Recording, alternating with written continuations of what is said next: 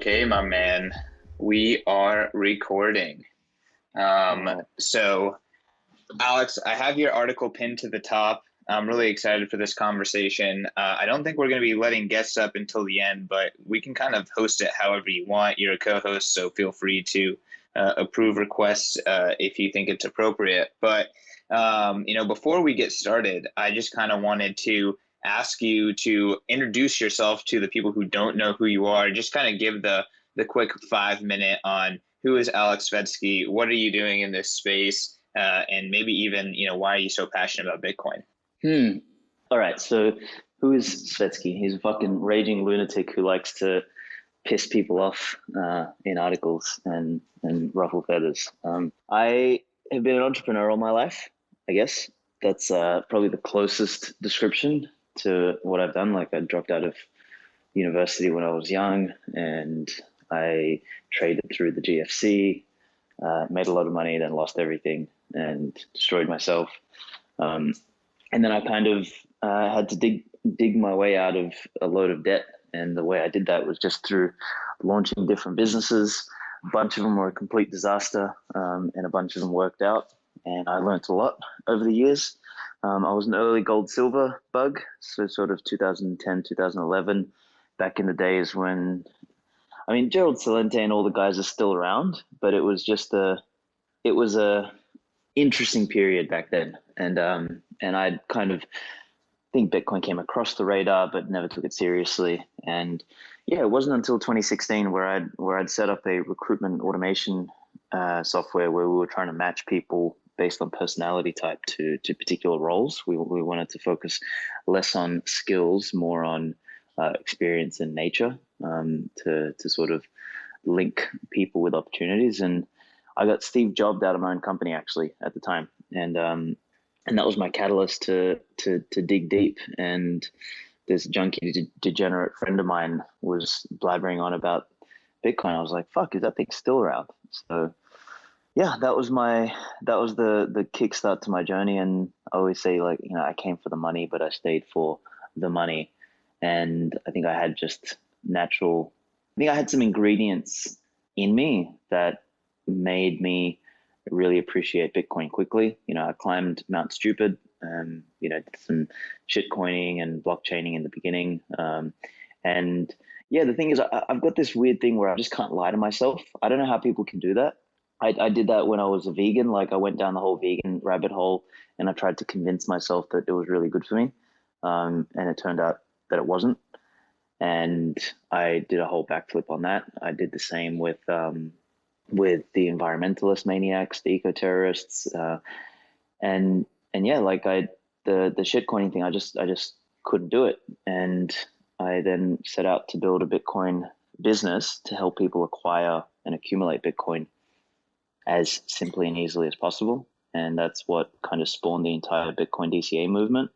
So we were the first DCA app in the world. We're in Australia. We're launching in the US as we speak. Actually, we're in private beta. It'll go into public beta very shortly. People can check that out. It's at the Amber app. And I think we're actually going to be listing on Bank to the Future next week, I believe. So if anyone's interested in being a part of that journey and having a piece of that pie, we're doing some really interesting shit there. Feel free.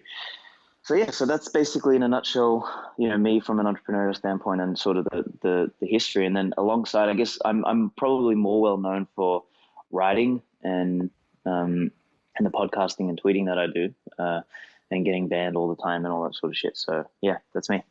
So let's talk about Bitcoiners, because really, I think this article, it was about how mass adoption happened or how hyper Bitcoinization happened, but it's really about the type of person that tends to be a Bitcoiner and why that person is so important. That type of person or that archetype of person is so important for digging society out of a rut effectively and moving society along throughout history.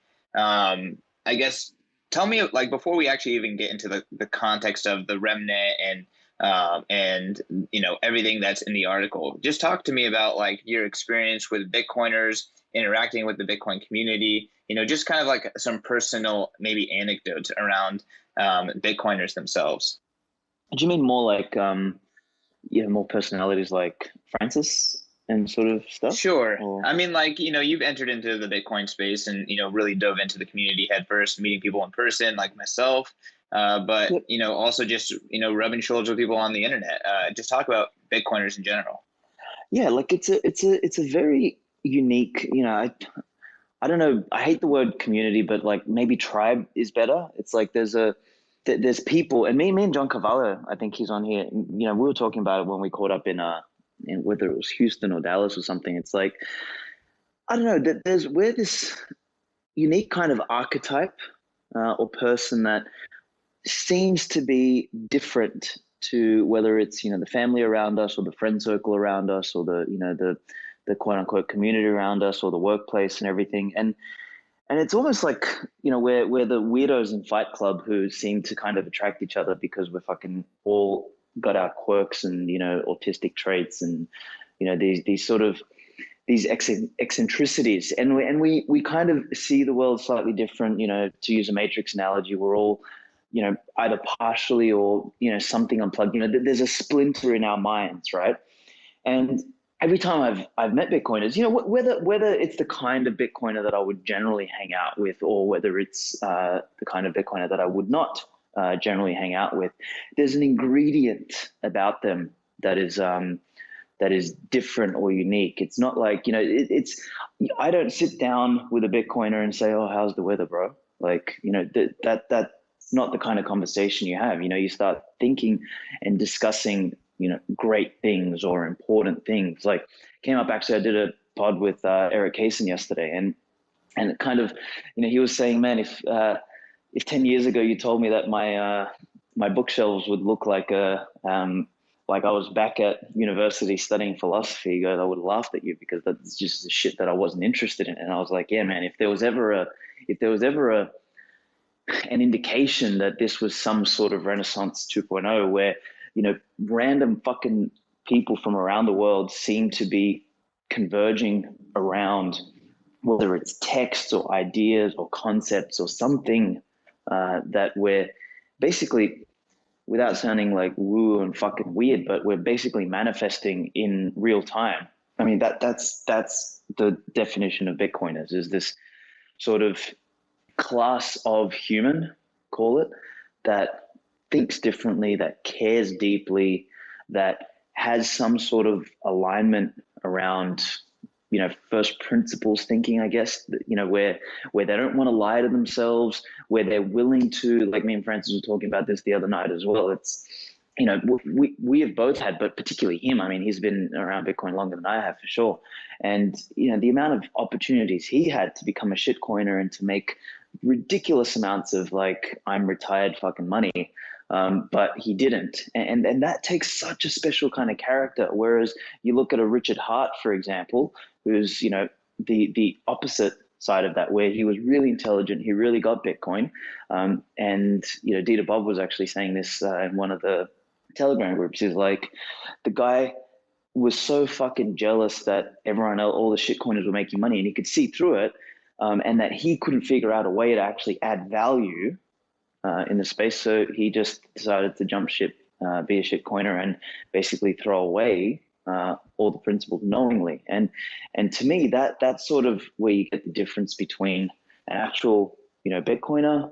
You get you have the archetype of the completely asleep sheep, the lemming, as I like to call them, or the masses.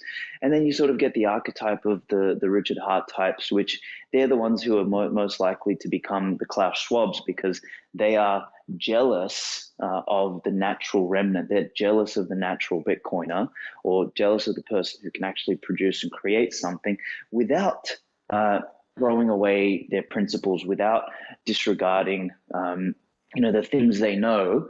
And then what they do is they cloak it in this message of, oh well, free market or whatever, or they cloak it in the message of it's I'm making this for everybody, or we're all in this together, or equality, or whatever other bullshit they want to cloak it in, so that they can be more acceptable to the fucking lemmings. And that's kind of the story of history in terms of the fake elites, the frauds, using the masses against the Remnant, I guess.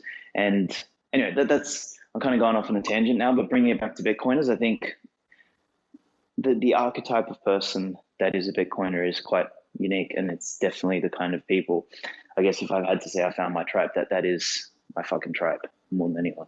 Yeah, I mean, I've definitely felt that as well, and I like to say, like, Bitcoiners, they think and they live within big ideas, right? Like, if you talk about Bitcoin ideas with an average person, like, you need to like preface it like, hey, I'm about to hit you with a huge idea here, because like they're literally not mentally ready or in shape enough to even like take on some of the huge ideas that we talk about in terms of like macroeconomic shifts and technological innovation and exponential growth and all this kind of stuff. These kind of concepts, second and third order effects, these are kind of concepts that the majority of people, they never even process that kind of thinking. Yeah, we're like voluntary scholars.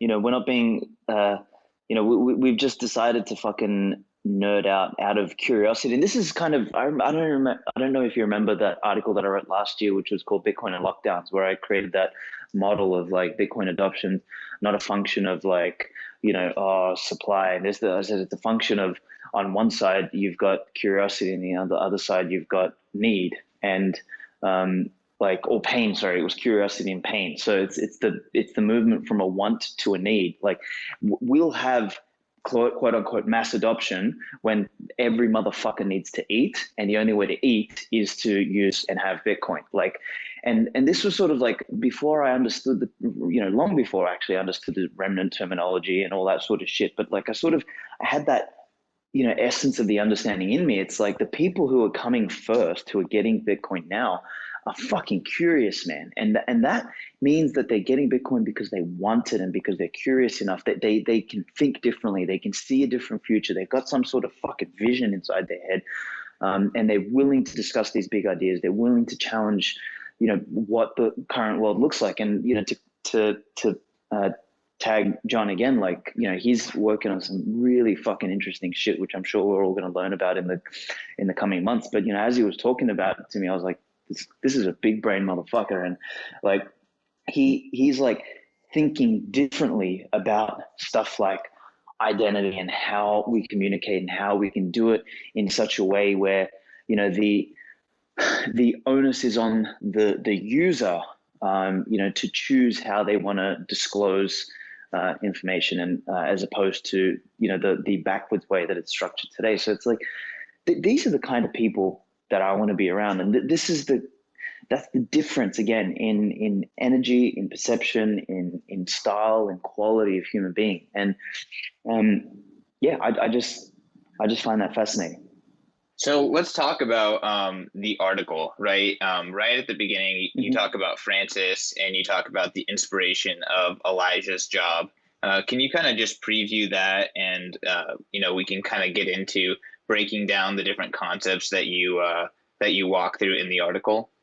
Yeah, so it was Isaiah's job, by the way, not Elijah. I don't know. I'm sorry, I'm like dyslexic, so it's insane that I even work at a media company. It's all good. Okay, well, I guess Albert Nock was a kind of, proto-libertarian. I guess he was around from like the late 1800s to early 1900s, and he wrote a whole series of things. And I mean, from what I understand, I haven't read too much of his stuff other than, I guess, his job, but he was an inspiration for people like Ayn Rand and Rothbard, et cetera, right? Mises. So, the piece in particular is Isaiah's job, which, if you're listening to this now, fucking bookmark this shit and read it at some point. But what it is, like, he wrote this article, and I guess the other piece I'll just give for context is Francis has this like really tight group on Telegram called the Remnant, right? And there's only a couple people in there, and we've sort of all built a really close bond in that little group. And he invited me to it a little while back when we both went on our anti-lockdown journey, and both went to the jungle in our own ways, right?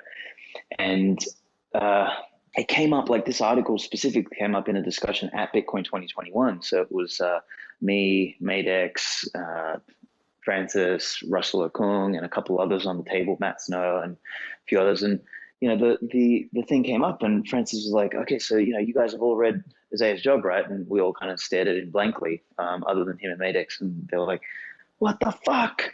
You got to go and read this shit." So anyway, I put it on the list, and I never read this shit until like a couple of weeks ago. And the basic premise, without me butchering it too much, like paraphrasing it, is this idea. So Isaiah was a prophet, and he went out and he had a job, and his job was to be the preacher or the prophet of the remnant, not the prophet of the masses. And the way Albert Nock kind of discusses it in the essay is that he said, look, what you want to do is you do not want to go out and preach to everybody by diluting your message and making it more palatable to the everyman.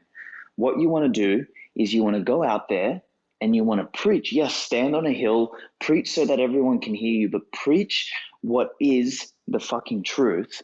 And the people who need to hear this are the ones who are going to hear you. And those people are what God defines as the remnant. They're the people who, God says there's two things I can guarantee you is one, that they are out there, and two, that they will find you. And the only way they will find you is by you maintaining signal and not diluting your message into noise. And when I kind of think about this as a message, and I think about what we need to do in Bitcoin, is like, why have we Bitcoiners fucking found each other, and why have we aligned around, these values and these principles that seem to coalesce and converge? It's because we have fucking signal. Like, how many times have people said Bitcoin is signal and the rest of the shit is noise? Well, that's what this is. That's a manifestation of this idea between, or the remnant versus the masses. Is the masses is fucking noise. It's background. It's static. It's always there. Whereas the remnant is that piercing signal that not everybody has the capacity to understand. And whether that is, in their nature or part of their nurture or a part of a stage of life or whatever the case might be, like, human beings are obviously multidimensional. You can't just fucking carve out a chunk and a chunk, right? So, that's something that's dynamic in nature. But I would argue that at any point in time, like the Pareto principle applies, is that 20% of people are going to hear this, and 80% are not. And, maybe in today's day and age where the numbers have been skewed to such a degree because of the fake fucking fiat world we live in, maybe that number's closer to 90-10 or 99-1.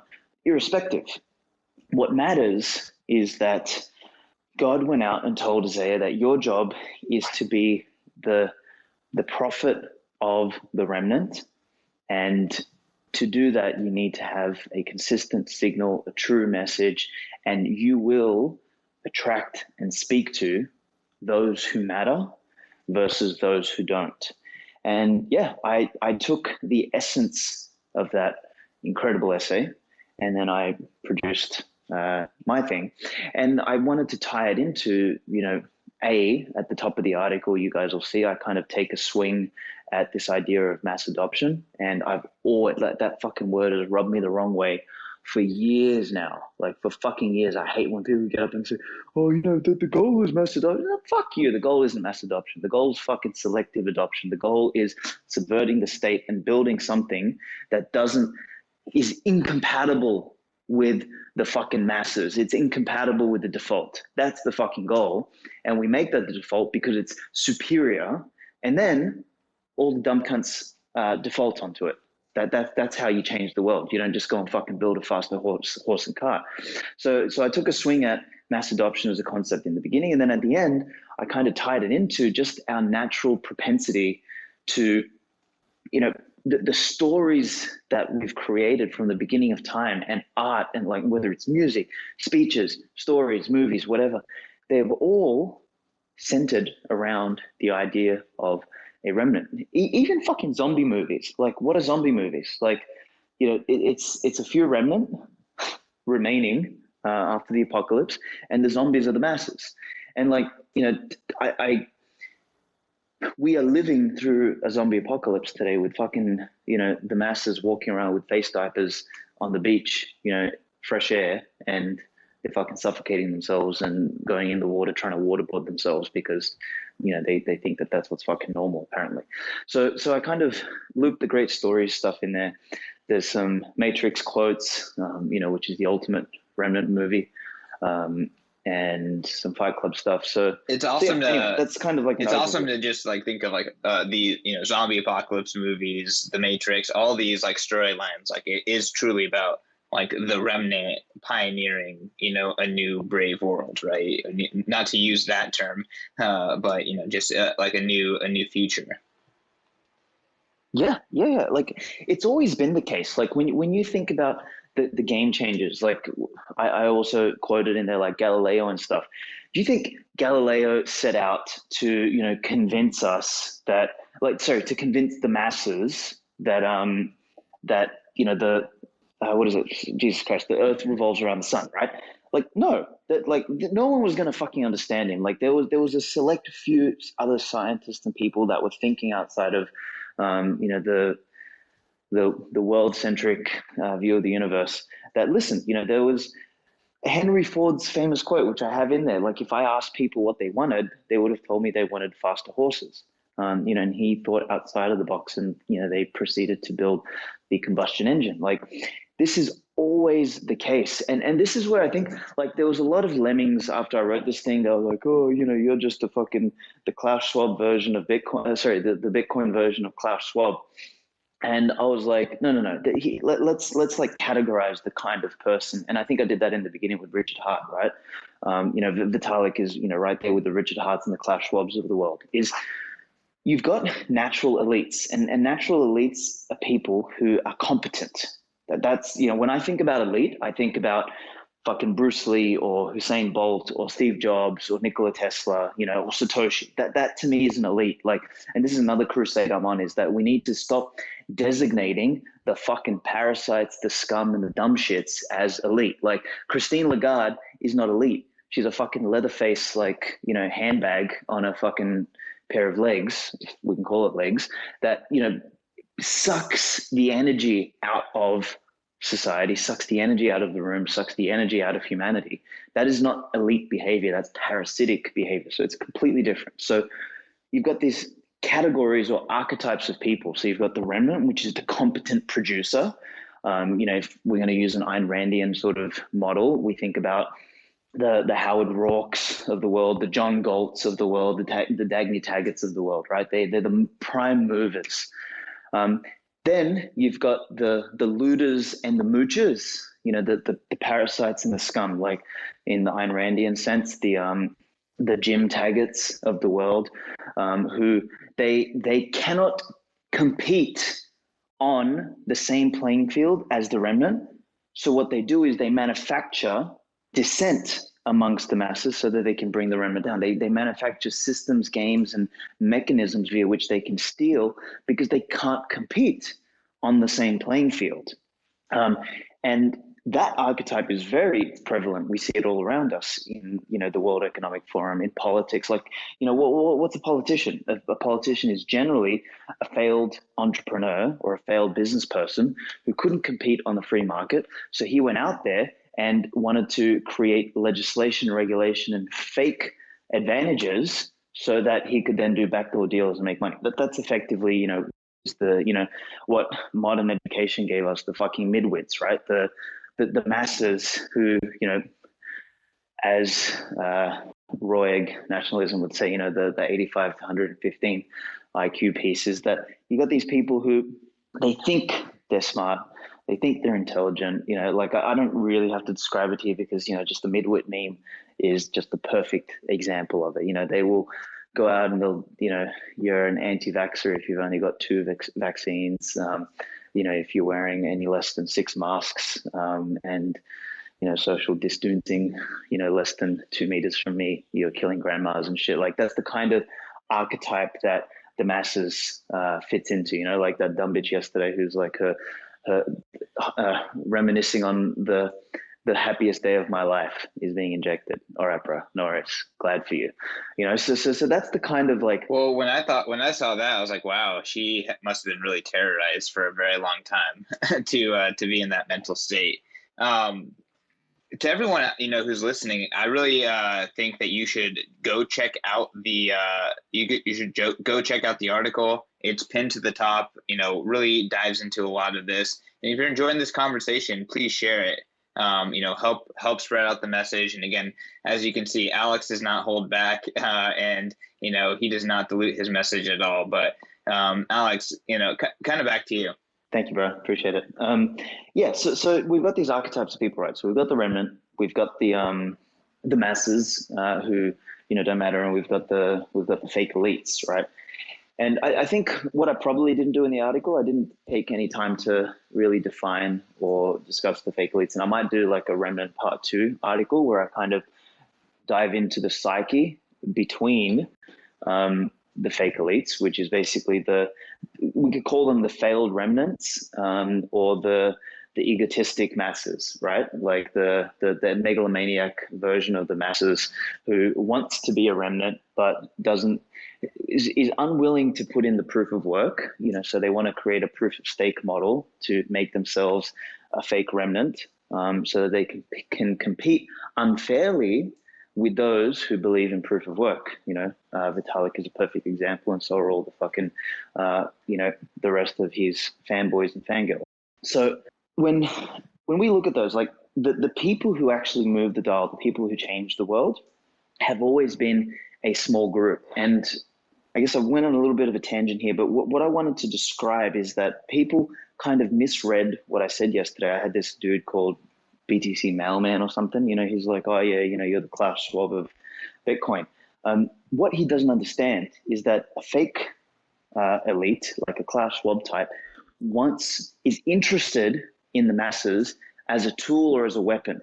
The remnant is not interested in the masses, period. It doesn't give a fuck. Like, the remnant is out there producing something incredible that they give a fuck about, like whether it's an artist, whether it's, like the remnant is the person who competes against the best version of himself to make himself a better version of himself. He's not interested in bringing others down. He's interested in lifting himself up. Whereas the Klaus Schwabs of the world are interested in bringing the remnant down and equalizing everybody and bringing everyone down to the same level so that they can control them. The remnant doesn't give a fuck about controlling you as the masses. At worst, the remnant doesn't even acknowledge your existence. And at best, you are a trading partner at a distance.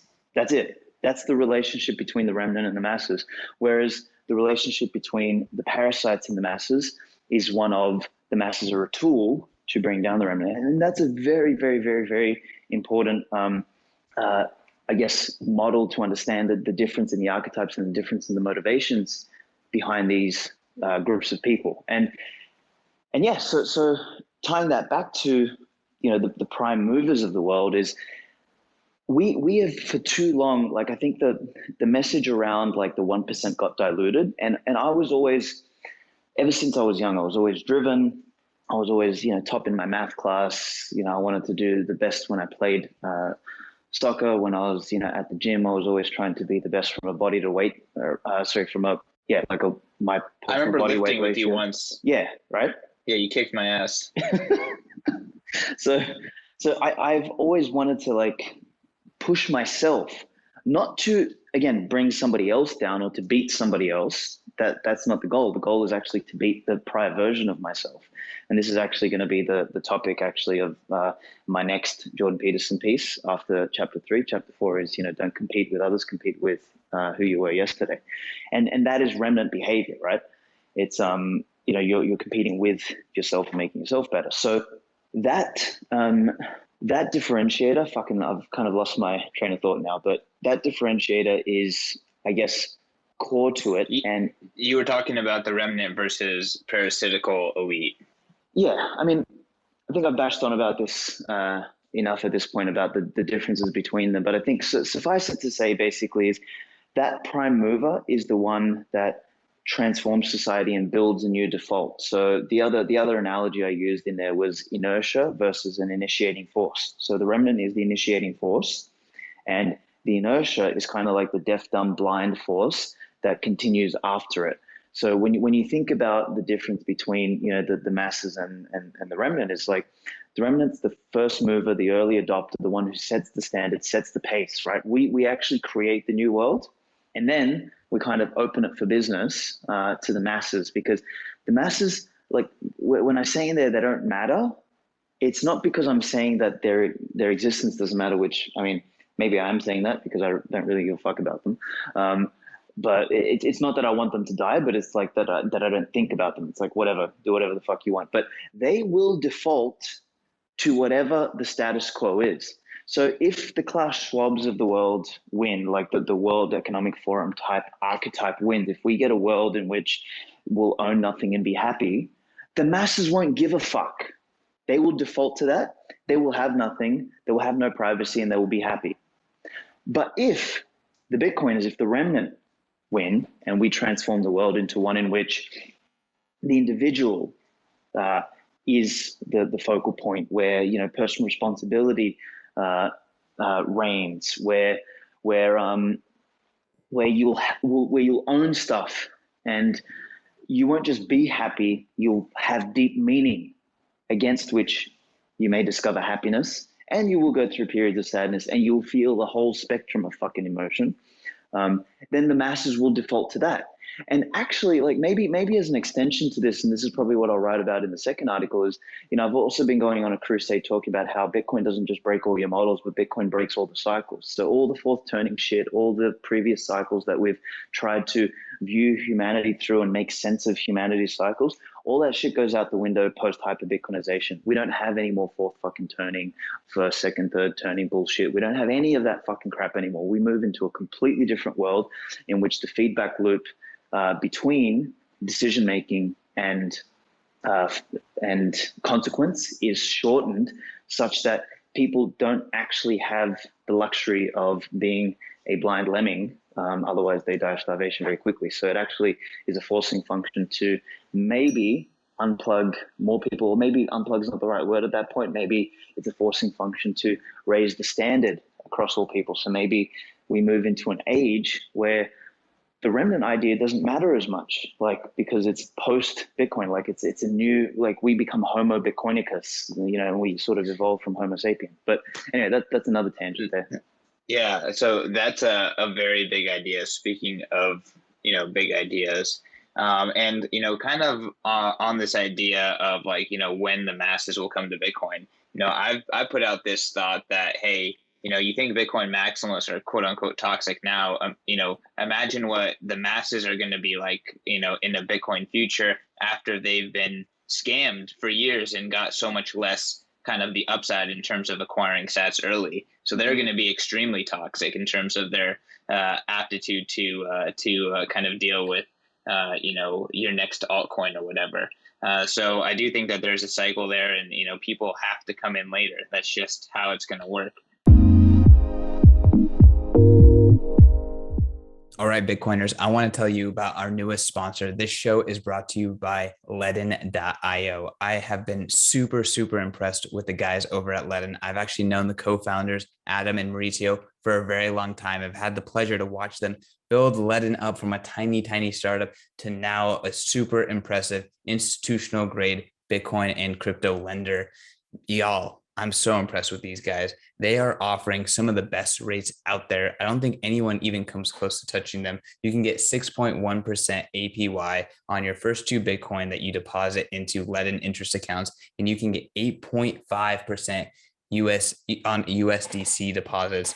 I mean, I know all the competitors. They're not even close. If you're going to put your crypto and your Bitcoin into an interest account, Ledn is by far the best. And on top of that, like I said, these guys are hardcore Bitcoiners, and they know the products and the services that Bitcoiners want and appreciate. They come up with B2X. It allows you to put your Bitcoin in, they leverage it up, and you can, with one click of the mouse, get twice the exposure to Bitcoin. So if you're super bullish, Ledn has you covered with a super, super easy way to get leverage with B2X. And then on top of that, they know that Bitcoiners care about your reserves. They know that Bitcoiners don't like under reserved and not full reserved financial institutions. So they are pushing the frontier in transparency in the digital asset lending space. And they are the first digital asset lender to do a full proof of reserves and proof of attestation through a Mariano LLC, a public accounting firm. So the Ledn guys, they know what Bitcoiners like. They are legit. I encourage you guys to check them out. Do your own research and go to ledn.io. That is LEDN.io and learn more. But I want to talk about selective adoption, right? This is kind of a big theme here, which is like we don't necessarily want to bring on mass adoption and dilute our message, but rather we want to double down on undiluting your message as much as possible and bringing in the right people, quote unquote, which is like selective adoption. Yeah, think about it as the example I would give is the movie 300, and you've got the Spartans. That's your selective adoption, and then you've got your who were the other guys when Leonidas was when they were getting the Athenians? No, it wasn't the Athenians. It was the other guys who were who had ended up allying with them, but kind of ran off scared very quickly in the beginning. Anyway, it wasn't the Athenians. It was kind of similar to that, but whatever. Where he said, he comes and looks at Leonidas and he said, you only brought this many soldiers. And then he's like, you there, what is your profession? You there, what is your profession? He's like, oh, I'm a farmer, sir. I'm a blacksmith. And he's like, Spartans, what is your profession?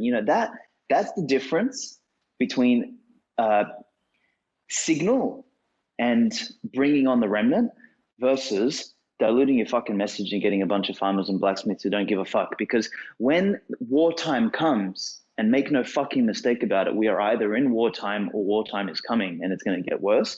You want the fucking Spartans at your side. You don't want the fucking farmer who's going to run away and leave you there. So this is like, we are fundamentally transforming the world beyond, like, we are currently, FUBAR, like fucked up beyond all recognition. And the world is going to be fixed up beyond all recognition. So we're going to move into a new level of FUBAR. Past Bitcoin. But to get there, we are going to need fucking soldiers in the ranks and people who actually give a shit about this thing. And that is not going to come from some flaky fucking degenerate that is viewing the world through a lens of which shitcoin I can pump and dump and make more dollars again. That is not the kind of person we want. And if we try and dilute our messages, our products, our services, our ideas to cater to those fuckwits, all we're going to do is bring in the flakes into our ranks. And we don't want those. We don't give a fuck about those. Like when you look at the Bitcoin cycles, what happens is the media actually dilutes the Bitcoin message, right? What's the media's message of Bitcoin? Oh, Bitcoin fucking is up 80% this week. And who comes? The fucking lemmings, the masses come. They buy Bitcoin blindly without understanding what the fuck they're doing. They come and make all this noise. You get fucking messages from all your dumbass friends who you haven't seen for ages. Oh, bro, it's no good time to buy. That's that archetype. And then instead of actually doing something about learning about what the fuck they bought, a small subset of them do, right? So there is, this is part of like, the beauty of the remnant in not knowing where they are, but knowing that they exist is that, they may hear something along the way, but they will begin to find signal very quickly and discover pieces from whether it's, GG or Breedlove or me or Bitcoin Magazine or Eric Kaysen or whatever. And they will find the signal very quickly and they will stick and hang on to fucking Bitcoin. Whereas the rest of the flaky motherfuckers will disappear and they'll end up in, name the shitcoin or name the kleptocurrency. They'll go back to their US dollars and their stonks.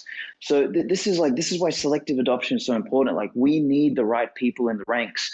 And if we do not fucking signal to them, we are going to get the fucking losers. And nobody wants the losers on your team. So I don't know if there's a better way I could say that. I love how you don't hold back, Aleks. That's for sure. So, I mean, we got some people requesting Parman. We also have Francis and John in the audience. Maybe they want to come up on stage, but there's a lot more to this article if we just want to keep chugging through it. Look, let's bring a few questions in and then we can kind of loop back and, pick some other pieces out of the article. We can talk about the great stories and shit, but let's see if anyone wants to, if there's any questions and shit. All right. I let Parman and El Huddle up on stage. Parman, what's up, man? Oh, What do how you you have to doing? add to the convo? I only just got in, so I only heard the end of Svetsky's beautiful rant, and I was Oh, thinking, thank you, sir. um, I agree with you. We need the right people in Bitcoin. But how do you know who they are? I mean, price gets people in, and I wasn't particularly. I didn't know the principles of Bitcoin when I came in. I was exposed to shitcoins, and I was interested in price going up. It was only when I actually took the time to think, oh, maybe I'll look at a podcast and see what this is. And it took me a year So to do. I yeah, wish it the, was the sooner. the the existence of the podcast is what made you dig deeper, because you had the ingredients that would make you, the quote unquote archetype of a remnant, right? So if that podcast, like if you listen to a Stefan Livera podcast and he's like, hey, welcome to the Stefan Livera podcast where we talk about Bitcoin, crypto, and blockchain and how this is gonna, make the world a better place, you would not have any fucking signal there. That's diluted message designed for the masses, and that's the kind of shit that the lemming would kind of listen to one day and fucking disappear the next. What you found was, correct me if I'm wrong, you found signal, you found fucking juicy content of shit that was Yeah, talked about by absolutely. people who gave a fuck. And that's how you find the remnant, is that you stay on message. You don't fucking waver from the message and make it more nice and accommodating for the fucking losers. That's the All right. difference. That's a good point. Yep. I guess I can definitely relate to that as well. I would pride myself as someone who kind of got through the ICO mania relatively quickly, as I was a Bitcoin newbie in 2017. But pretty much I had enough, kind of startup experience to realize like, wow, these are just startups that are selling tokens. Like, let me look into this a little more. Started looking up like what's wrong with blockchain, what's wrong with crypto, and then found the Bitcoin maximalists and Ansel Lindner in particular. And like you could just tell, like his content was very differentiated with his understanding of the market, and that kind of really started my journey.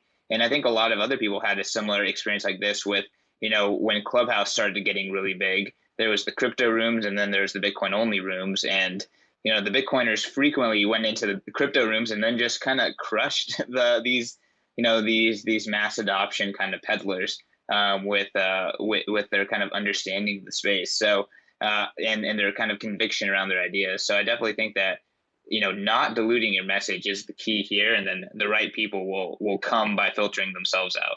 Totally, totally, totally, totally. Like I've got a piece here where I'm just going to read a passage from the article. It says, for Bitcoin or any other grand invention for that matter to succeed, it needs selective adoption.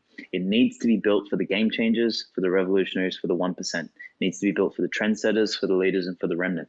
We are the ones who make it into a default because we have the courage to buck the trend. If we depended on the masses, the default would be gulags and they'd be happy with their lot. So yes, Bitcoin is for everybody, but everybody will not come because they understand it or know why it exists. They'll come because it's the only choice left. They'll come once we've already won and when the truth has prevailed. So that's kind of like my whole premise, is that they don't matter. We don't need mass adoption. We need to get the right people on. We need to keep the signal. And when it's the only choice left, and sometimes like see people think that, oh yeah, but the other choice will be CBDCs. That's not really a choice. Like when you have quote unquote two options, you don't actually have a choice. You have you have starvation and slavery, or you have choices. And that's literally going to be the situation for people. Is it's going to be slave coin or choice coin. Freedom coin, or freedom land, or whatever the fuck we want to call what Bitcoin's going to represent. And that's not really a choice. Like at that point, when you are living on the east side of the Berlin Wall and you see people on the west side, hanging out, you're going to go jump that fucking fence and get shot, on the way. When you're a cow in the fucking barn, on top of every other fucking cow, and there's green pastures and meadows outside, you want to be over there. So at that point, it's not a choice. Like at that point, Bitcoin's won, but we have to have people who understand that, who are going to join our ranks, who are going to, get us there. And that is not the masses. It never was, never will be. And if we don't keep attracting those people, like if we scare them off, Sorry, scare them off is not the right word, because you can't bully, you can't scare off a remnant. Like, what we want to do is we want to qualify them on the way in. It's like an initiation. This is why the quote unquote toxic maximalism is so important, is that it scares off the fuckwits. Like I said this on a spaces the other day, is like, you can't bully a remnant. That's not how it works. A remnant will fucking push you back in the face. Like, they'll say, fuck you. I'm not going to kowtow to you. So it's like, that initial filtering process ensures that you have the right people in the ranks, so that you can win the 100-to-1 war, or the 1,000-to-1 war, or the 100,000-to-1 war, because that's the game that we're playing. We are fundamentally subverting not only the parasites, but we are subverting the masses. They're more than happy to, keep, wearing their face diapers and, reporting their neighbors and reporting to the government and paying their taxes. They're more than happy to fucking continue doing that until they literally have nothing, and then drug themselves with soma to be happy. They're literally ready for that. And so Svetsky, if you don't mind, let me just ask a quick question here. I'm wondering, once we find ourselves, we find each other, we find another remnant, right? Then what?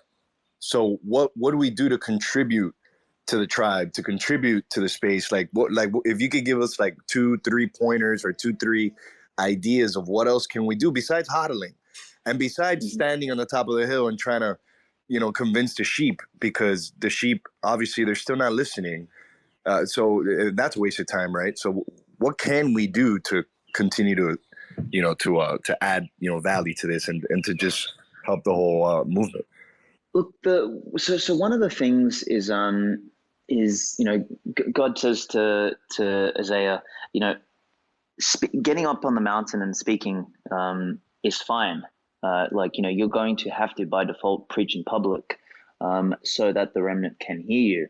I guess the piece there is that, and I kind of wrote it in here. I was kind of just like flicking through the article to see where I'd written that, but it was about the synchronicity that a lot of us have felt recently, etc. Is that we Bitcoiners build products, we produce content, we communicate, we create networks, like we do stuff, and there is like we amplify the signal. Like we're effectively not only nodes on the Bitcoin network, we're nodes in the meta Bitcoin network, that is the signal required for other Bitcoiners and other remnant to find us. So we need to act as those nodes. Now, we're all different. Some people are musicians, some people are artists, some people are coders, some people are entrepreneurs, some people are speakers, some people are fucking tweeters, some people are NIMs, some people are public. Like, we all sort of, can play a role as remnant to amplify the signal, but the outcome is to amplify the signal and to maintain the purity of the signal, not to let it turn into fuzzy ass noise that the other remnant won't see. So I guess that's probably my best answer to that, is that, we need to find our own hills to preach publicly to preach to in public, in whatever domain that public means. But we need to do it in a way where, the signal penetrates, and 1 out of every 100 people who hear it, see it, listen to it, experience it, are going to be the ones that get drawn in. So I guess that's the best way I would. Yeah, man. And I was thinking the same thing, because I'm like, okay, so I'm a farmer, right? I'm a grower. Like I'm starting to, I'm looking for land now. I'm growing food. I've grown other things very well before as well.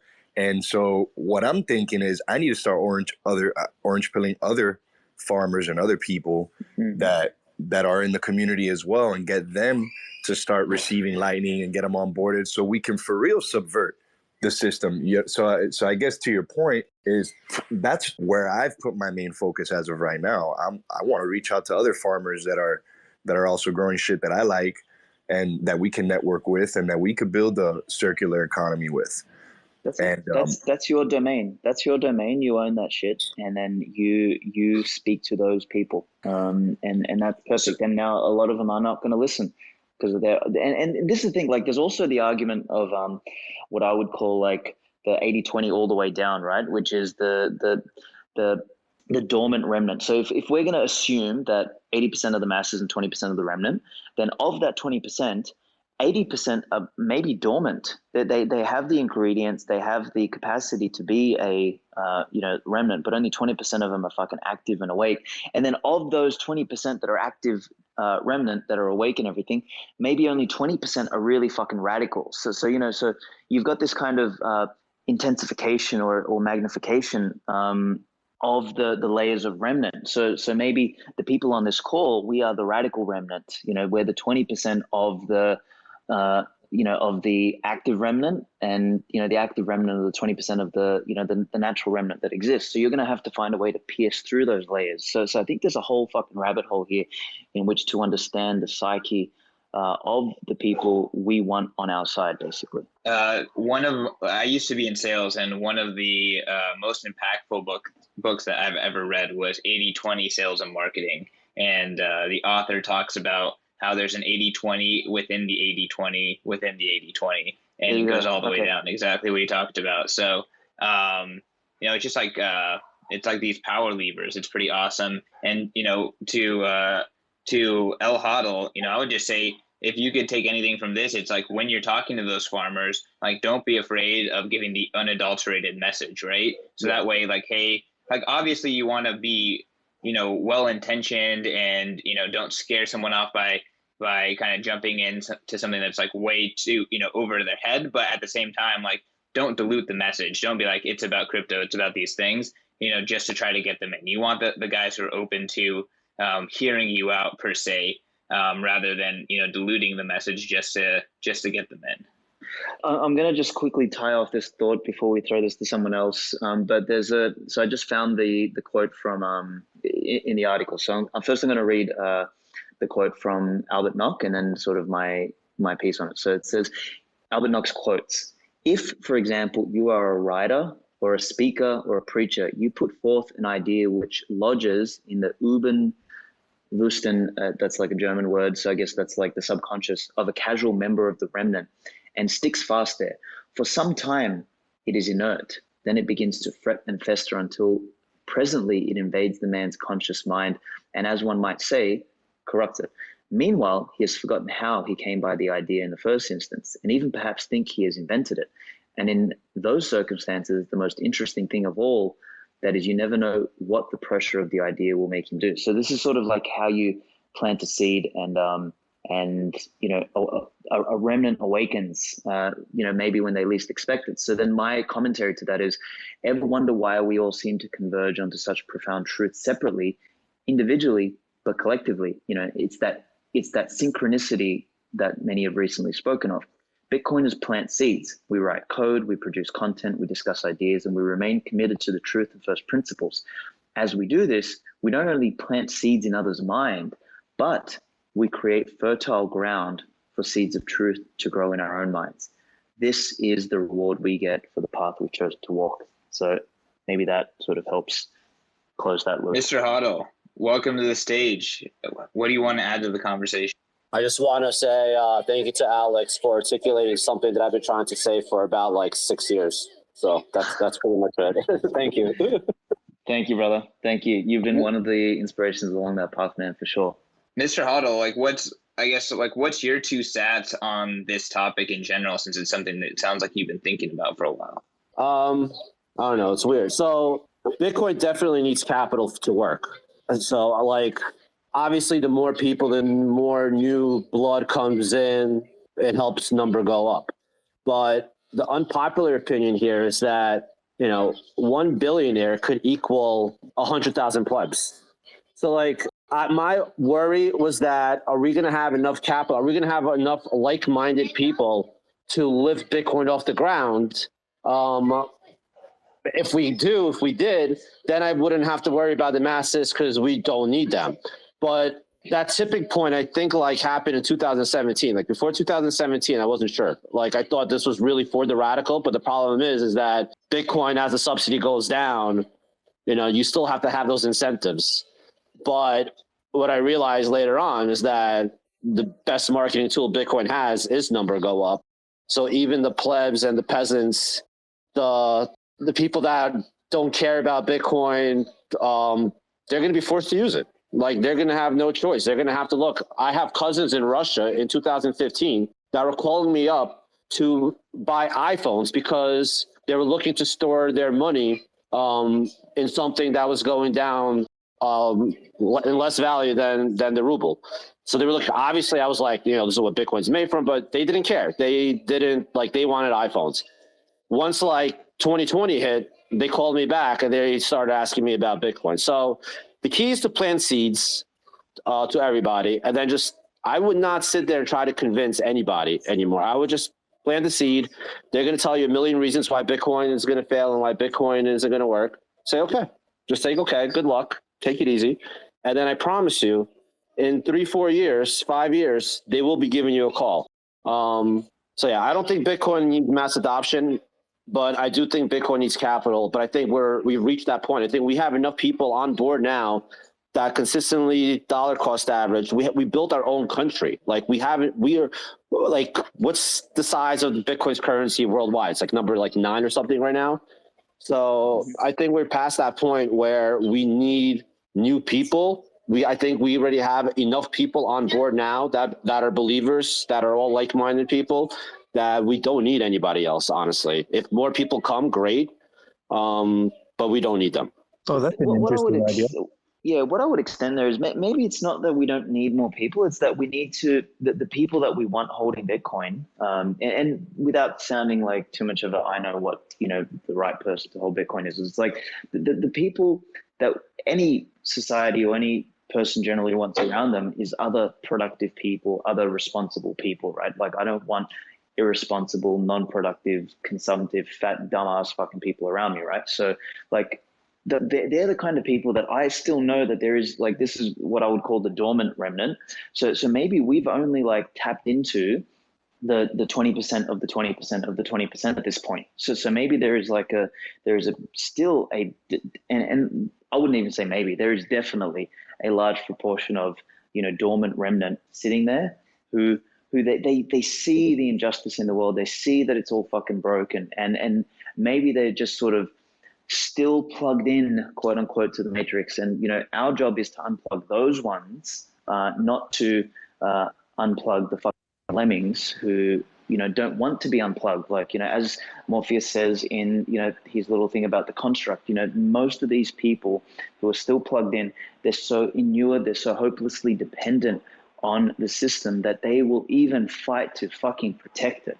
That is what we're up against, and any one of them could effectively be quote unquote an agent. The first Matrix movie is the ultimate remnant movie. It really, really is. And we just need to think about the signal that catches the attention of those who are willing to be unplugged, and give save our red pills or our orange pills, in fact, for them, not for the dumbass, not for the. But I see, I used to be like you. I used to try to find those people. My mission was to find those people, but then I got to a point where I stopped giving a fuck. I just stopped caring. I know what Bitcoin does for myself. I know there's enough people that are awoke to what Bitcoin is, and that we're at a point where Bitcoin isn't going to die. So I don't know. I feel you. I hear you. I want as many like-minded people to own Bitcoin and to be prosperous. I am 100% with you. But I just have a hard time caring now. I really, really, really have a hard time caring. Let me jump in real quick. I really appreciate that perspective, Hodl. And that was kind of part of what Aleks was saying at the beginning. We have some new people on stage, and I see NVK is raising his hand. NVK, you want to jump in? Yeah. So I'm of both, sort of middle of both of your arguments. It's wake up the lions, don't bother with the sheep, right? Mm-hmm. Because the sheep are noise, and they are the ones saying, we don't want more toxic stuff. And they are essentially trying to pacify, or actually, they can actually cause more problem than they are of help at this stage. I agree with Hodl, you can't really kill BTC anymore. That's pretty much done. But I think part of the issue is, we've been in this space for a long time. We've seen some returns, but I think there's a huge batch of people that are very recent say people who came in 2017 or things like that, that have not seen maybe enough returns yet. So they are more incentivized to bring more people in because, you know, more people number go up. So I think having some returns for the 2017 class that is meaningful will sort of keep that class from seeking maybe less ideal means of increasing their net worth. Like, for example, I don't know, running scams or running, I don't know, like conferences that are really bad content, or bringing in or trying to find like a means of income from being an influencer where, you know, have no clue what they're talking about. So I want to see like people finding returns so they don't do stupid things for money. Yeah, but if they were smart, they would shut up and stack as many sats as possible, because those people are going to come regardless. They're going to come. So like the smarter move would be to shut up. There is a ton of influencers now that have no clue what the fuck they're talking about. So they're already here. But I think there's still room to bring more lions, let's put it this way, and find more allies in that sense that can help with other things. But There definitely is. Maybe we're like in a transition phase. Do you know what I mean? It's like we're transitioning from the revolutionaries into sort of like the next thing. Possibly. I think we still got room for the revolutionaries because the world is, you know, still, you know, largely retarded. I think to your point, Hoddle, it's like, yes, I know you don't care, but do you know what's funny? Like, you actually still act as an important signal on Twitter. And maybe that's just, you know, the domain that you're willing to do. Like maybe a couple of years back, you were willing to, you know, go to conferences and do all sorts of other shit. But now you're like, look, my contribution to the Bitcoin signal is that I will call out these fucking losers who have in the past, like, you know, you called out Udi yesterday, which was beautiful. Like, you know, he was an XT guy. So like, and Udi's the one who wants to dilute the message. Whereas you want to, you know, preserve that, and your manifestation of the preservation of the Bitcoin signal is done via maintaining, you know, your pure position on Twitter, and that's fucking perfectly fine, because guess who you helped influence? People like me, and then I have the energy because, you know, I'm not as, you know, notable on Twitter, but, you know, I have other ways, you know, other levers that I can pull that can spread, you know, the Bitcoin signal to people that, you know, maybe you don't reach. So that's fine. It's all fucking fine. We're all doing exactly what we need to do. Appreciate that, Alex. The thing is, we just absolutely, bro, absolutely. And so the thing for me is, we just don't fucking dilute it. That's it. So even if it's a small signal, even if you're talking to 3 people, keep the signal pure. Before Udi definitely triggered me. Before Udi, I was just shit posting. Basically, after 2x nonsense, I just was doing nothing but shit posting. But Udi definitely hit a nerve. Yeah, like, you know, I'm seeing what he's doing, and he is 100% trying to dilute the message. And that's where I started to get a little pissed off again. But yeah, I appreciate, like, my idea was that eventually we were all like, all of us, like, not early adopters, but, you know, everyone that's been here since like 2011, 2012, that have been fighting the fight, they're going to get burnt out. And they're just not going to be interested in, like, you know, before I used to go on Whale Club, Whale Pool, on IRC, on Reddit, Bitcoin Talk. I stopped. Like, I stopped all that. I was just starting shit posting now. But yeah, I appreciate that people like you have come on the scene and basically just like took it with vengeance. So I really do appreciate it. If I could jump in real quick, and sorry, Alex, but actually, Mr. Hoddle, I remember you followed me when I had like 200 people, and that was a huge part of like me just continuing to double down on Bitcoin. So just to kind of second what Alex said in a personal experience. But for all the people listening, if you appreciate this conversation, please share it out. Let's get it as big as possible. And a reminder that this conversation is being recorded, so it will be a podcast later. So you can find that at Bitcoin Spaces Live on your podcast app if you wanna find it or hear the beginning or anything like that. But back to you, Alex. Sweet. I mean, at this point, like, you know, if anyone else wants to mention something, I see Pablo's on. Hey, brother. Hey, Alex, how are you doing, man? Good, man. Yeah, Good. I wanted to chime in because I heard what NBK said, and that totally resonated with me because I'm precisely on that situation. I'm came in late 2017. I bought like I don't know, like $500 of Bitcoin in 2017, and I increased my conviction and stack throughout the bear market. So I haven't seen the fiat gains that earlier Bitcoiners have seen.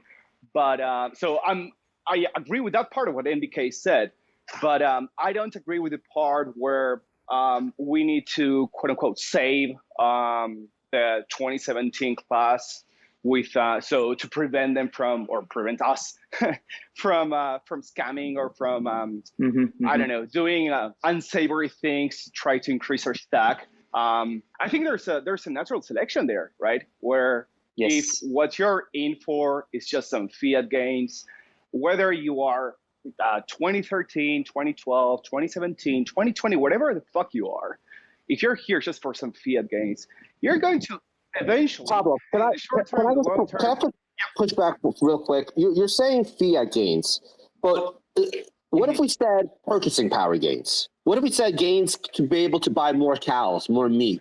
Like we say fiat gains because right now the unit of account, if we like it or not, is fiat. Like that's how we measure our value. So like it's not the fiat gains, it's your purchasing power. Like when you increase your purchasing power, like you're incentivized to continue to show. But it's not fiat gains. Let me just add a little bit to context because Pablo was answering to that point. So reality is everybody loves money. If you are into Bitcoin and you say you don't like money, you're probably lying or lying to yourself. It's like money buys freedom, right? And Bitcoin happens to be both. But like, I think the issue is like people will often divert their time and energy toward things that pay off. Right. And when you have bear markets, people start doing stupid stuff. and especially people that want to apply their whole life and their whole time altruistically towards Bitcoin. Right.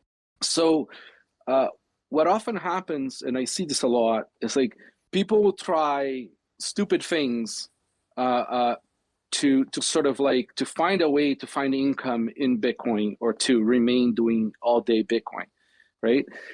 And they'll force it through, right? So like they came in with good intentions, but then they see that maybe that original idea on how to live off of Bitcoin activities all day doesn't pay as much as they think they would, and then they start sort of like making more concessions, right? And sort of like, but if I just add a token, or maybe I'm just gonna run an affiliate thing for Bitcoin products, and then like you're now ruining privacy for people, right? So like people will always find a way of justifying to themselves things, and that's normal, right? Like there's nothing like abnormal about that.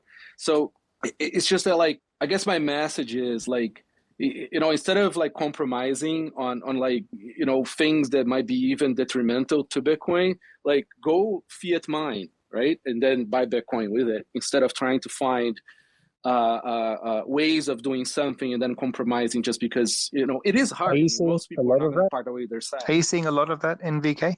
Yeah, there is quite a bit. Yeah.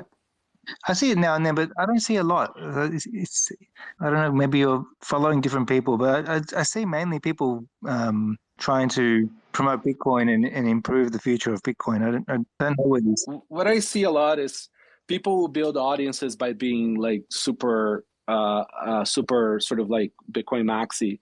And then as the audience grows, then they start either sort of like becoming shitcoin friendly or bringing shitcoiners, or sort of like they now don't want to offend sort of like big names because they they want the audience, and sort of like starts to dilute, right? I mean, love Pump, but look at his podcast, right? I mean, it's like a festival of like scammers, right? So people are gonna have their brand, their earning sort of like cow to be, of course, way more important than Bitcoin's sort of integrity, right? So it's tricky. But this feels like a classic case of like, don't tell me what you think, show me your portfolio. And I think what Pablo was talking about is much more a function of, you know, when I hear the term fiat gains, I think about fiat settlement out of Bitcoin before that you know, store of value is used for consumption, right? So if you think of the value, like the value chain of the money, it is contribute work to society, accrue value, store that value in some sort of technology, and for us it's Bitcoin, and then migrate to consumption, right? Like that to me is the life cycle of my economic worth. I think what other people are looking to do is to grow the purchasing power of that economic worth, settle back into fiat with the expectation that they're going to be able to consume in excess of what they would be able to consume otherwise. That's the fiat gain. Yeah, I mean, it And that's doesn't all matter fine. which number go up, as long as the number go up in people's wallets, right? That's how like humans think, right? It's like, you know, more bananas. It doesn't matter what is the unit of account, really. I mean, from the very beginning, I've always had this assumption that humans want security, and money is like, in the world that we live in this monetary world that we live in, money is security. And it just so happens that Bitcoin is the best form of money that we've ever seen. So, in just, you know, the game theory here is that even people in government, they're still people that's, you know, they still need money, and they eventually will be forced into adopting Bitcoin personally on a personal level. And the ingredient to that, like, what sets all this, what glues all this, is the 21 million coin cap. Like, it's why people, you know, that's the pitching point from day one, you know, uncensorable money with the 21 million coin cap. And that 21 million coin cap is why we think number go up, is why, like, you know, why we have number go up. Like, you know, the more people that adopt Bitcoin, there's just so many UTXOs that are able to be owned. And because of the incentives, like, you know, a lot of people think Bitcoin is unhackable, it's this, it's that. The reason Bitcoin is where it is today is only because of incentives. Technically, a miner, you know, Ghash could have killed Bitcoin. Jihan could have killed Bitcoin if you wanted to back in the day. But it costs, it's in the incentives there, just it prevents you from doing it. So I just think that we have the best form of money that humans have ever seen. And I'm pretty sure that sooner or later, the entire world will have to adopt it just because of necessity. Like, they just won't have a choice. They got to eat. Yeah, they got to eat. So to tie this back into the whole remnant discussion, and to sort of, maybe, Pablo, if you allow me to kind of like loop what you're saying and kind of tie it all together, I think the essence here is that, you know, people like to MVK's point, like, for people that kind of have that moment of realizing that Bitcoin is, you know, better money, they, you know, the weaker amongst them, you know, we could call them, like, you know, and I described that archetype at the beginning of this discussion as, like, you know, the Richard Harts of the world who, you know, realize that, you know, Bitcoin is superior money. Like, you know, that's the self-preservation drive of a human being. You know, they try and find ways to scam people and to do whatever, like, to, you know, to make some more of this Bitcoin. But then they realized that they were scammers, so then they kind of doubled down on the scam, tripled down, and they, you know, they sort of build out an identity that is this sort of big scam thing. Whereas the other path, like, and that's kind of what I would argue is the kind of people we probably don't want. And it's not that we don't want them, because they're going to get it anyway, but it's not the archetype that at least that I want to appeal to. Like, in fact, I want to appeal to a very different type of archetype, which, you know, Pablo is a representative of, is someone who came in 27, bought at the top, but found something really, really deep and meaningful here, and decided to work and quote unquote fiat mine, so that he could acquire more Bitcoin and do it in a way that, you know, doesn't sell his soul. Because every action, every decision we make has a cost to it, you know, and if you acquire Bitcoin, you know, in a mechanism where you know, out yourself as a Richard Hart small dick scammer, you know, you turn into the person that, you know, the cost of that is being vilified and ostracized by people like me. And I have no harm in doing that, because at the end of the day, Richard Hart is the only kind of people that are going to be around him is ass kissers and the people he pays to be around him. Whereas the people that will be around me are people like Pablo and Francis and, solid Bitcoiners, and that has some fucking meaning in life. That's a reward in and of itself. So it's a different quality of person as well. So anywho, I just think we need to maintain, whatever signal we maintain in whatever capacity we maintain to, keep those people in. So Aleks, I think it's like you're totally spot on, but just thinking in terms of the system, right, not the individuals for a second. See, the issue with sort of like with like this, let's call it the morally dubious lions, right? They as we uncarefully build these people up, they actually can cause a lot of damage, right? Because the only things that can really harm Bitcoin nowadays are social, right? Realistically speaking, it's going to be very hard to kill Bitcoin through mining attacks or any other stuff because that stuff has cost, right? But now, as we build people up, let's call them influencers or whatever you want to call, they now have a lot of people who don't know better following them, and because they get the stage, right, they are able to cause a lot of damage, cause a lot of grief, and waste an ungodly amount of time on the people who have to refute the bullshit. That's why it's so important for people to always keep an eye open and sort of like immediately go full toxic on the bullshit, right? I mean, we literally have a meme now 100%. where kicking the toxics out. I mean, that's insane. Yeah. Well, 100%, and that just literally ties back into the signal. Is like, fuck you. We're not like you call me toxic, and I'll double down on my toxicity because I don't care about the potential damage. You actually just answered a question. I think that Logscale kind of tweeted at me saying, I'm on stage, but I can't ask the questions. So here's my questions. What are concrete examples of harm to Bitcoin that could result from bringing the wrong people in too early? So it's like, it's not like my job isn't to select who should come in and who shouldn't. That's the individual's decision.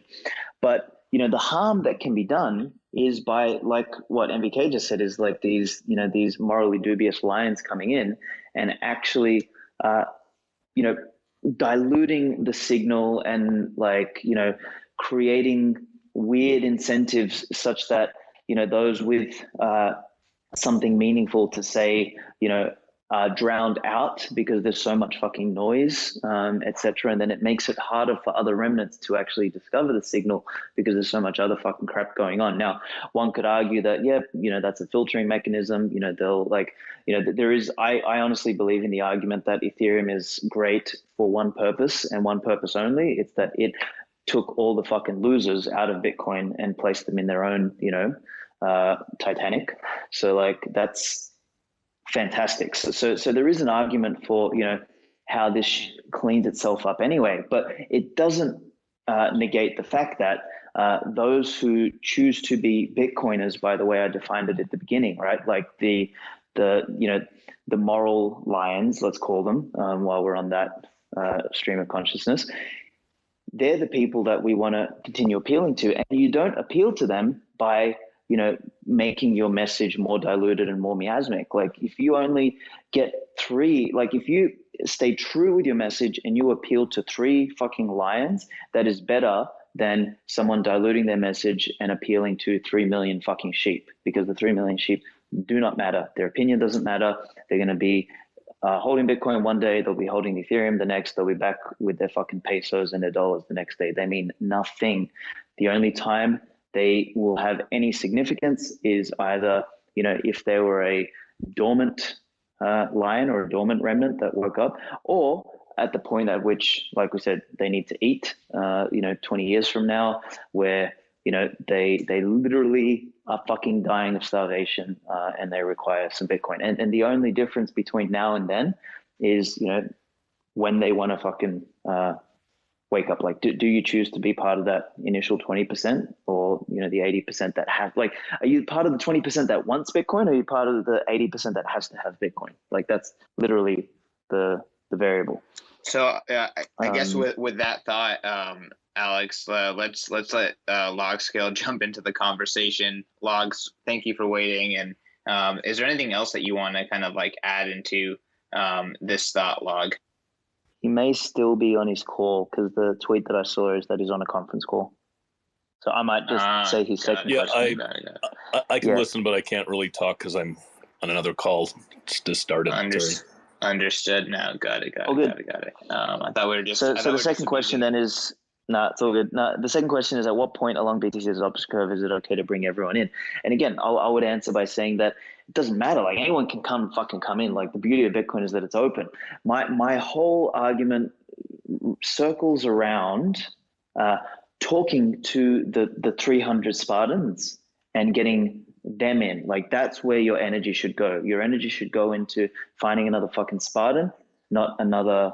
I think they were called Arcadians, right? So like a random fucking farmer or blacksmith to come to war with you, because they're not going to fucking. I got a question. So, it's not a secret that early Bitcoiners were a bunch of ANCAPs, libertarians. But when we try to convince other quote unquote ANCAPs libertarians, a lot of them thought they knew better. A lot of them thought gold's the answer.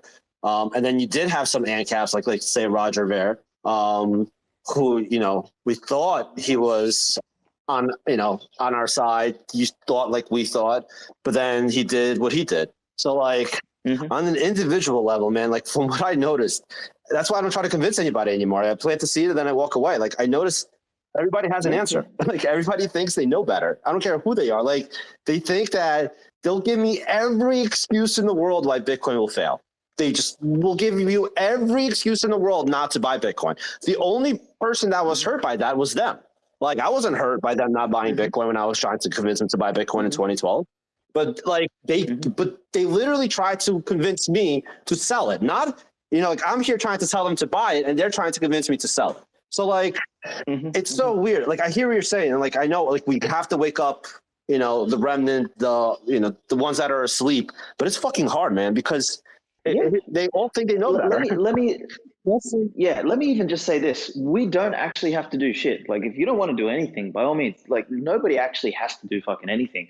Like, my whole contention is that if you're going to do something, do it in a way where you actually have signal in your message and not dilute it. That's it. So if you're going to fucking open your mouth, say it as it is. Don't try and be fucking nice and sugar-coated and, chuckanooty about like, we have to be nice to these people because we want them, we need them here. No, we don't fucking need nobody. Fuck you. Like, I don't have to do shit. What's your method? How are you waking people up? Like, are they actually receiving the message? Are they going to download a node after you talk to them, or do they just give you the cold shoulder and then you wait for them to call you in a couple of years? Dude, I write, I put these pieces out there, and, I get, multiple people reach out to me, say, fucking thank you. You've articulated something that I've been thinking about and I really appreciate it. And then what that does is it strengthens their resolve. And if that's the dial I move for them, fantastic. Then in an entrepreneurial capacity, I built a Bitcoin only fucking business. And what have I done by building a Bitcoin only business? I've helped people move some of their wealth into Bitcoin. I didn't dilute it. I didn't create fucking just to earn a little bit more trading revenue. I didn't add ETH or some other horse shit. Like, I literally, that was my signal in an entrepreneurial capacity. Then when I get on and tweet, like, I have a much smaller following because I'm fucking an abrasive cunt on Twitter. And, I say it as it is, but I have a really strong tribe on Twitter, and that's the signal. They're the people that I want to talk to. And, my little tribe on Twitter is growing, and, the right people are, having, taking the time to listen. So that's it. That's my thing. I'm not going out there and trying to appeal to all the fucking dweebs and the losers to get on, because I couldn't give a fuck about them. Leave them. They can fucking stick. Like, that's why last year I wrote, do not buy Bitcoin. Like, the whole premise of that article was, I said, I'm not here to convince you to buy Bitcoin. In fact, I'm here to convince you to stay in dollars and stay in shitcoins and stay in whatever the fuck you want, because I want to buy Bitcoin. I don't give a fuck about what you want. You can, by all means, stay in fiat for as long as you want. If you're too dumb to realize what the fuck this is, if you're too stupid and ignorant to actually take the time to read or to study or to understand or to do whatever is required for you to appreciate Bitcoin, then have fun staying poor, basically. Like, before the meme was out, I guess. That was sort of my thing. So anyway, like, we don't have to do anything, but if you're going to do something, you talk. You're the fucking man. Thank you, Tom. I mean, you could almost say that there is very few sort of people left from the libertarian movement that would be convinced to buy Bitcoin, because anybody that was in that intelligentsia already been exposed and they feel all sour grapes.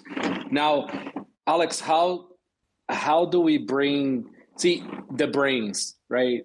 Smart people that don't necessarily have an inclination to anything, and if anything, they're too smart to even bother with thinking about inclination of things, right? So these are very Who, like the think boys? yeah. So no think boys. I'm talking about people who don't think, people who work and build. The right? yuppies. So I people feel who build devices, people who code things. We build shit that outcompetes the legacy system with Bitcoin, and they'll come. If I can tell a recent story of my most recent orange peeling session, because like most of you guys, I'm not even trying to convince anyone. I'm just if someone asks, I answer questions and I point to things, and if they do the work, I can help them out.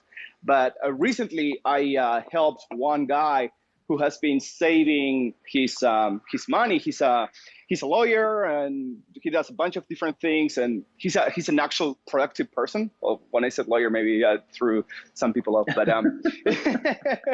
but he's an actual productive person, and he immediately understood Bitcoin. We were driving together for a couple hours, and he understood it perfectly, and he moved immediately. He first purchased $500, and then he put everything he has liquid on Bitcoin, not as a way to get more dollar, just because he told me he's been looking for something like this for years and years and years and years.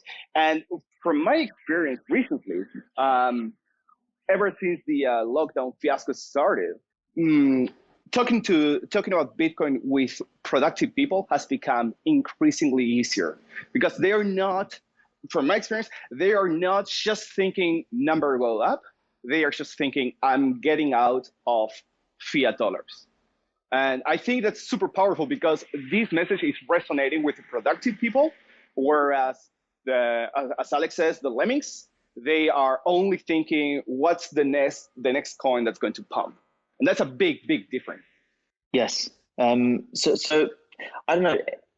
Thank you for that one, Pablo. I guess that NBK, does that answer what you were trying to sort of ask, like, or what you're trying to provoke, like, or did what I say, bring it around, or? Yeah. So yes and no. So it's kind of interesting, but I find the people who are truly productive to be, except for the few exceptions, right? There is exceptions, but the great majority of the true productive are often fully disinterested into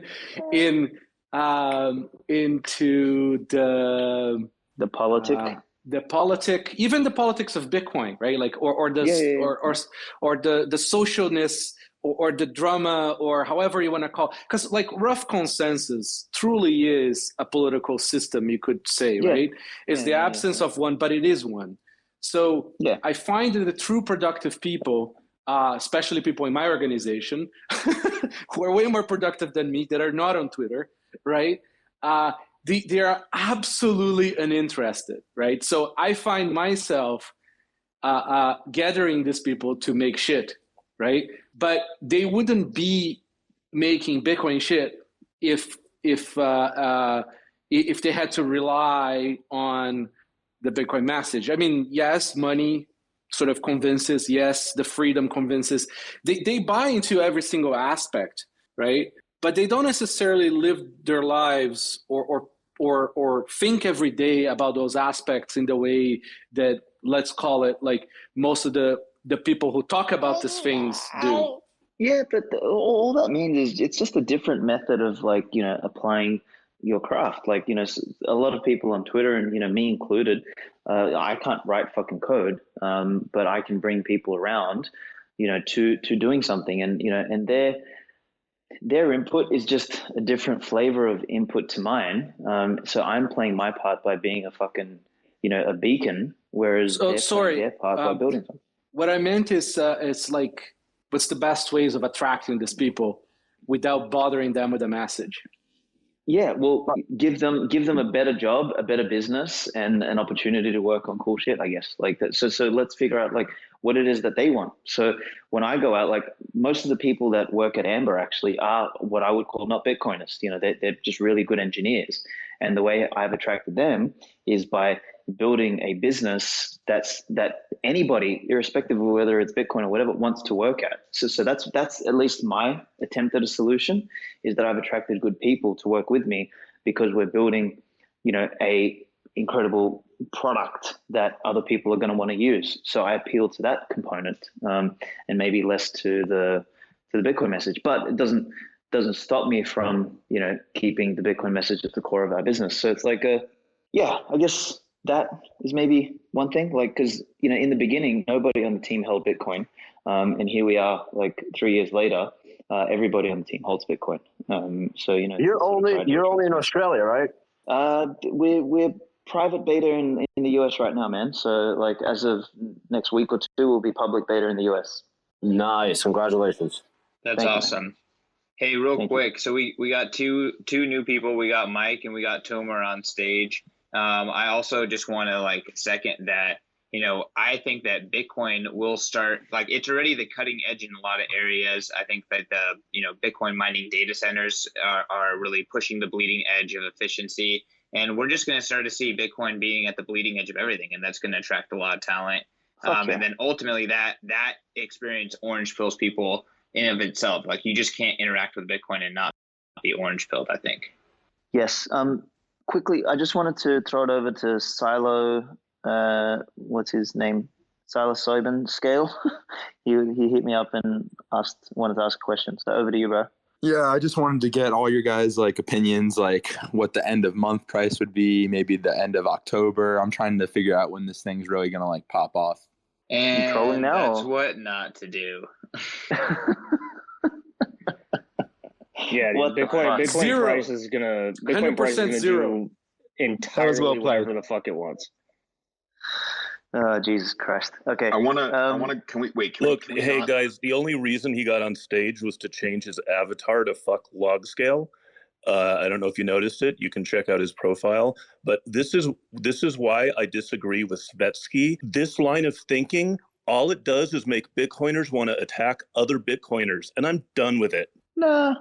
I don't think it makes other Bitcoiners attack other Bitcoiners.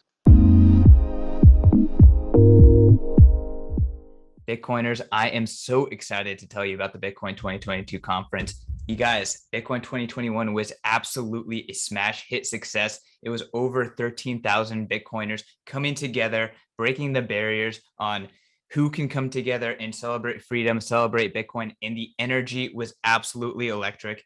Unfortunately, it was just oversubscribed. There's just people flowing out everywhere. And this year we are making the conference bigger and better. We are moving over to the Miami Beach Convention Center, and we are going to be throwing a massive 4-day festival for Bitcoin, celebrating Bitcoin, bringing together the greatest minds in Bitcoin and the greatest businesses in Bitcoin. And lastly, the culture of Bitcoin all together. We have a 4-day extravaganza planned for you guys for Bitcoin 2022.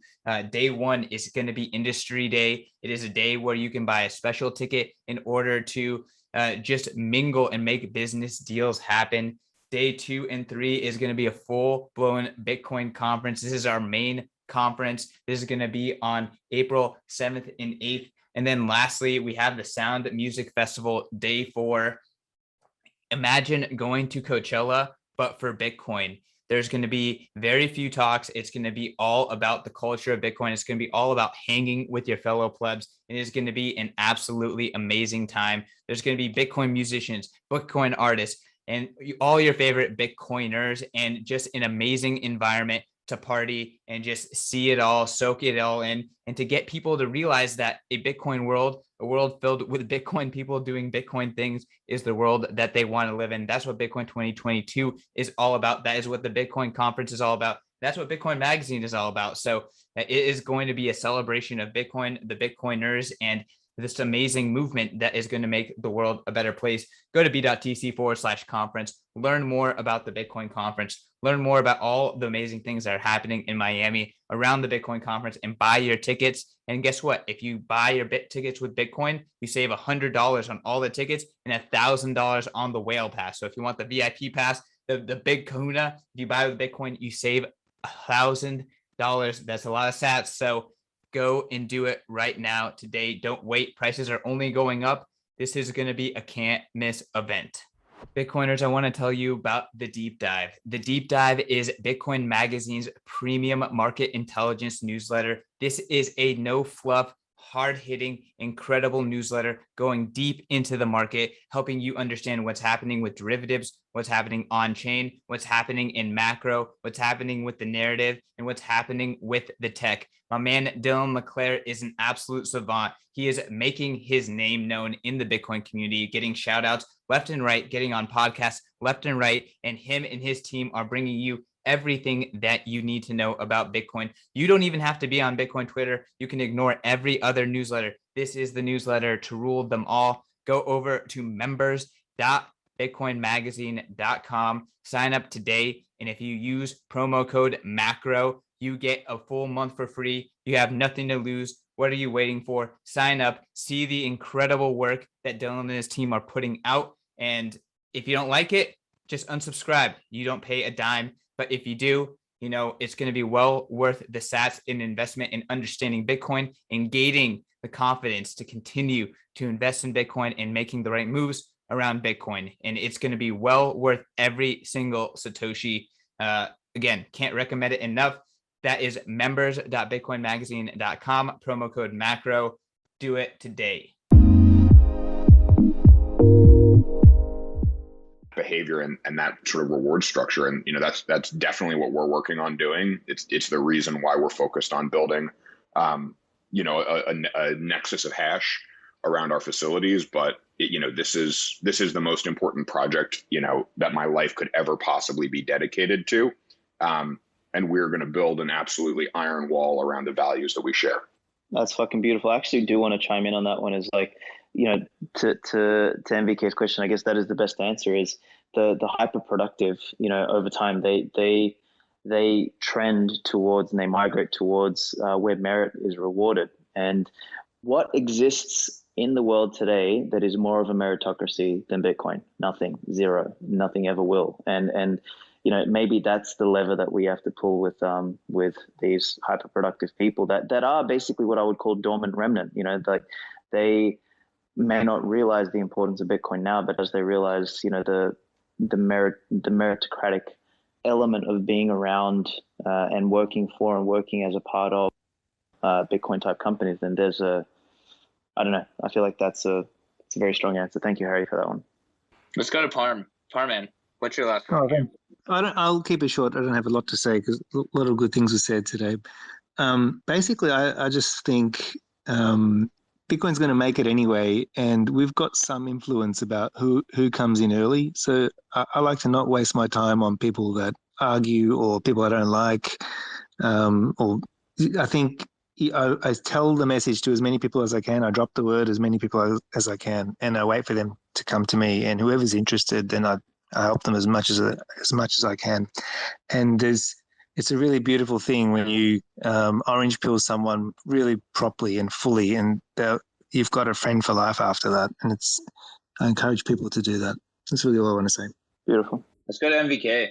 Hey, I'm in a noisy boat right now, but just stay toxic, my friends. Don't lose your keys on the boat. Or do, depending on what you want to say. Yeah. Too late.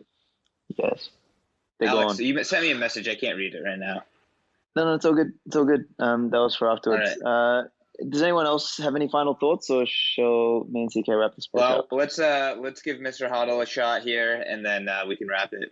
I don't got much to say. Actually, follow Svetsky, follow Bitcoin Magazine, and keep up the good work, guys. Take care. Thank you, brother. Thank you. All right, yeah, Alex. I'll let you close it out, man. Sweet. You have the floor. Yeah, sweet. So, thank you, guys. So I guess this piece, I hope it was provocative. It seems to have got people either riled up or really, really, passionately kind of.